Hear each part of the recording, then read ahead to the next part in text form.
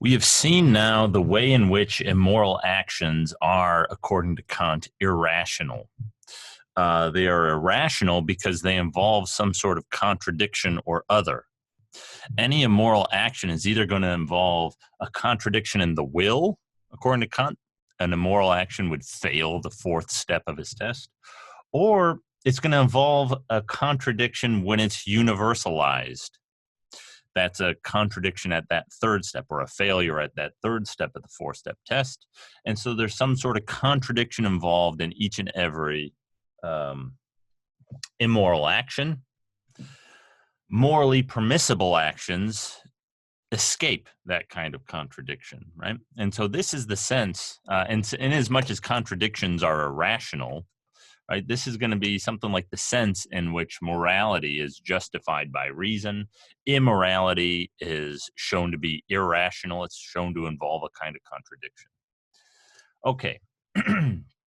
Now, what I want to do is end this unit or this section on Kant by considering some problems, criticisms that people have raised for the formula of universal law. Recall what Kant's trying to do with this formula of universal law. The formula of universal law is a formulation of the categorical imperative, and the categorical imperative is the moral imperative. It is the moral law. And so what we're really talking about when we talk about the categorical imperative or the formula of universal law is the moral law. What Kant thinks he has done with his formula of universal law is given us an account of that law. And so every immoral action should fail this four-step test, should be ruled immoral by the formula of universal law. Every immoral action should fail the test. And every permissible action should pass the test. There are two kinds of problems we're going to consider right now, each dealing with one of those things that I just mentioned.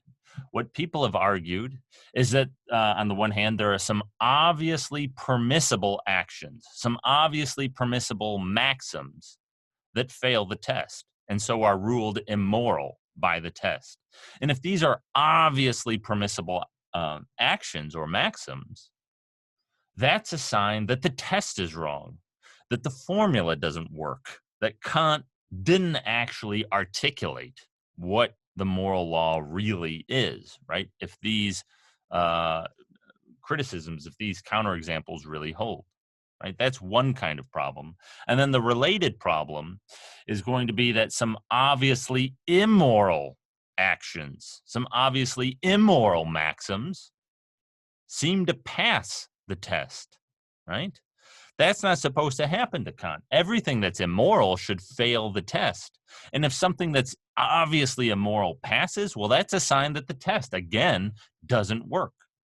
So let's consider some of these counter arguments, some of these examples that people have tried to give to show that the formula of universal law doesn't really work.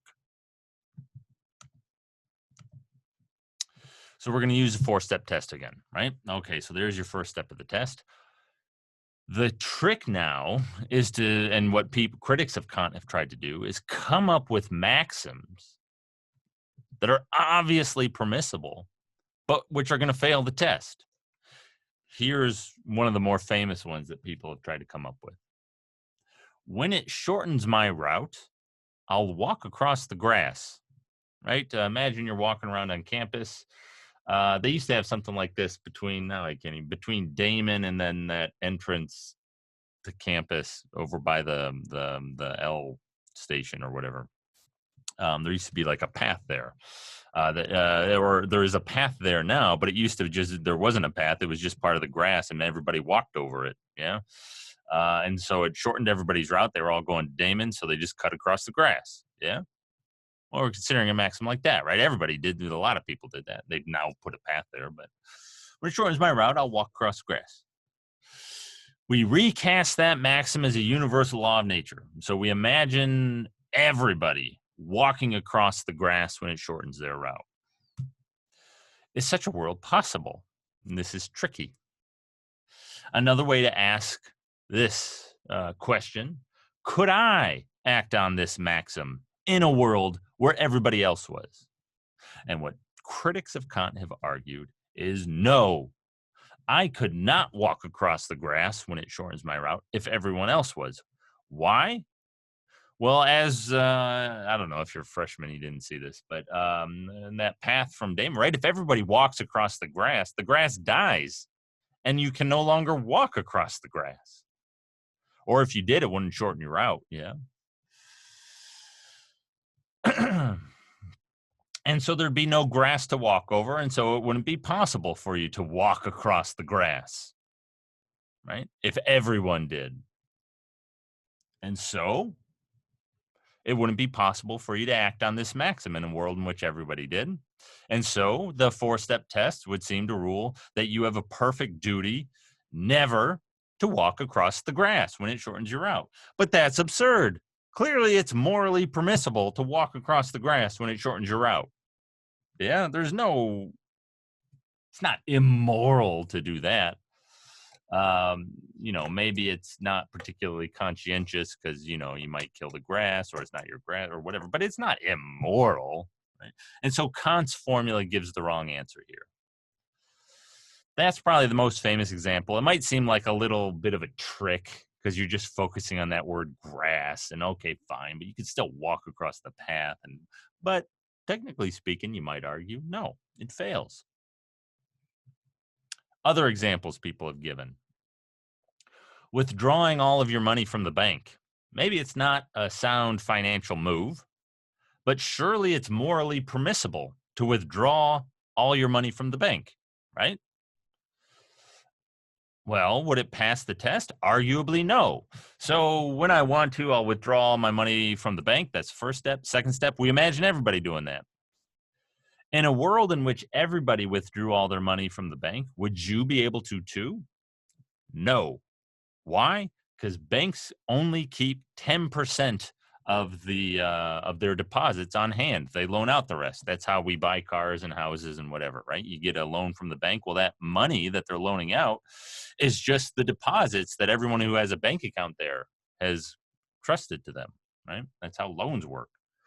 And so if everybody went to the bank to withdraw all their money, when I showed up, they would have run out of that money. They don't have all the money there, right? And so I wouldn't be able to withdraw all my money. And so according to the formula of universal law, it is immoral always to withdraw all my money. In fact, it'd be immoral to withdraw, anything over 10% of my money, 10.5%. Let's say I wanted to withdraw that. Immoral, right? Because not everybody could do that. Or if everybody did do it, when I showed up to do it, they'd be out of money and I wouldn't be able to withdraw my money. Another example, turning on every electrical appliance in your house at the same time. Again, maybe that's not the best idea and you should try to conserve energy. Okay, fine. That's not the point, though. The point would be that if it's clear, it seems like, those kinds of worries aside or whatever, it seems fine to do it. Maybe a little strange. I don't know why you'd want to do that, but it seems morally permissible, at least, to do that, for a second or something, 5 seconds. But not everybody could do that.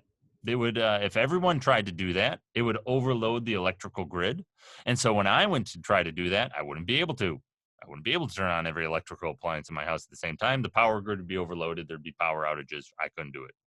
And so Kant would have to say, you have a perfect duty never to turn on all of your appliances in your house at the same time. Nothing to do with global warming and wasting energy. No, that has nothing to do with it, right? It's because it can't be universalized. And that seems kind of absurd, right? Clearly it's, again, maybe not the best idea, but it's morally permissible. It's not like murdering a guy if you turn on all the appliances in your house at the same time. And there's a bunch of others like this, right? There's a little kind of small cottage industry of moral philosophers who try to come up with examples like these. That's the first kind of problem, right? So arguably, some obviously permissible maxims fail the test. And so the test would say they're immoral.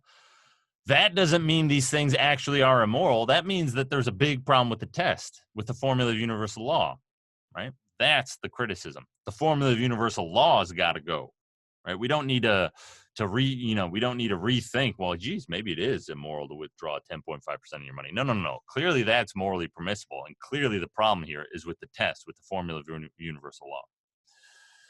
Second kind of problem, which is kind of the flip side. Some obviously immoral maxims arguably pass the test. So let's see one such example. So again, we're going to go through the 4 steps. And again, people have tried to come up with all kinds of examples like this. Here's one. Slap the first person you see when you go out in public. Now, that's not like murdering a guy. That's not the most immoral thing that you can think of. But, that's like assault. You're like assaulting somebody when you just go slap a random stranger, right? And it's not like slap the first person you see who really deserves it. No, it's just slap the first person you see. You walk outside and there's a little old lady walking her dog, go slap her, right? That's what this maxim would say. Slap the first person you see when you go out in public. Clearly that's immoral. That's assault. It's immoral to assault people, right? To attack people, to harm people in this way. And again, it's not the worst thing, but it's still bad. It's still immoral, right? So this is an obviously immoral maxim. You can't do this. If somebody who did this is a jerk, they're acting immorally by doing that. Does it pass the test?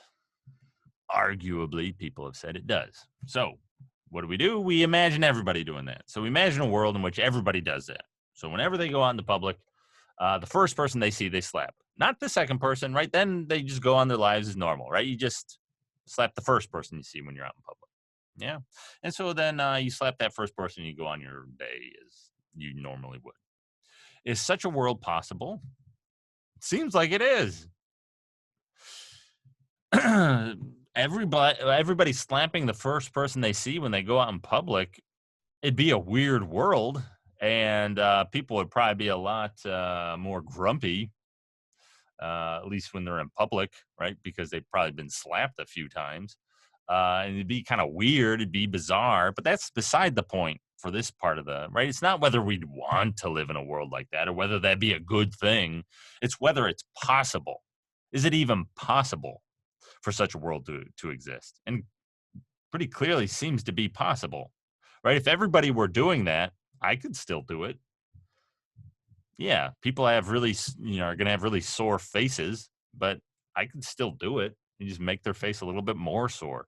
Maybe there'd be fewer people in public. Yeah, that'd probably be, but there'd still be some people. You got to go in public sometimes. You got to go buy groceries or whatever. And so, yeah, you could still act on it.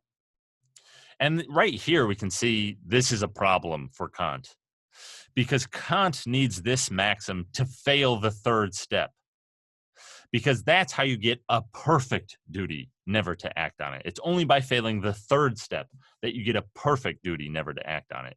And this maxim is the kind of maxim that he needs a perfect duty never to act on. It's never permissible to just go slap the first person you see.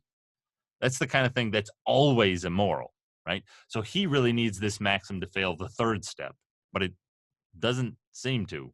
It seems like this maxim could be universalized, in which case it passes the 3rd step. Ask yourself whether you could rationally will to act on your maxim in such a world. Well, as I discussed in the previous video, what on earth does that mean? Nobody really knows. And so for our purposes, if something passes the 3rd step, it passes the 4th step. Yeah, I don't know. Maybe Kant could just assert that you couldn't rationally will such a world, but I don't know. Fine, you just assert that. I don't know. There doesn't seem to be any kind of contradiction in the will. And so arguably it passes the 4th step.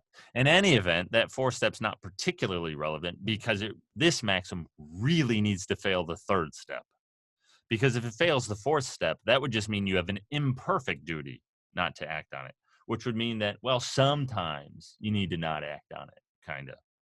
But that's not how no, you should never slap the first person you see when you go out in public.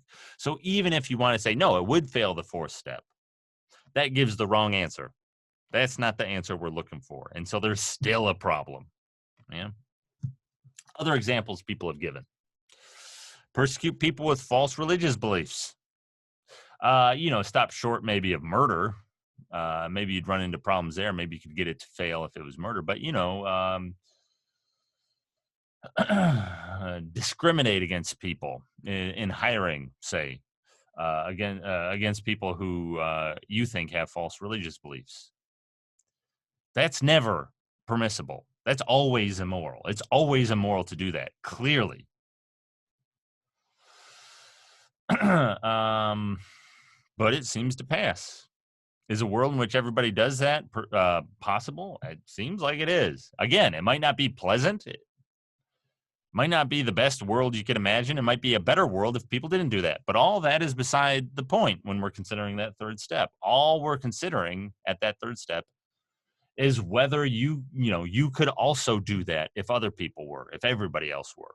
And yeah, you could, it seems, arguably. Yeah. And so look, you got another example of an obviously immoral maxim passing the test. Or you can make the maxim very specific. On Tuesdays, murder anyone who you happen to come across named George who has red hair or something like that. Perhaps a maxim like that would pass. Perhaps everyone could do something like that. I'm not going to spell that out in detail. I think that's the weaker of these kinds of examples. I think Kant could probably, maybe, have something to say about an example like that, but people have put something like that forward. And so we see another kind of problem for Kant's formula of universal law. Right? Some obviously immoral actions seem to pass, and so according to the test, would be deemed morally permissible. But that doesn't mean it's actually morally permissible to slap the first person you see in public. That means there's a problem with Kant's test, right? That's the idea. Now, people who have raised these considerations tend to be utilitarians or consequentialists. Some people sympathetic to Aristotle have also raised problems like this, but it tends to be utilitarians and consequentialists. And we're going to look at their views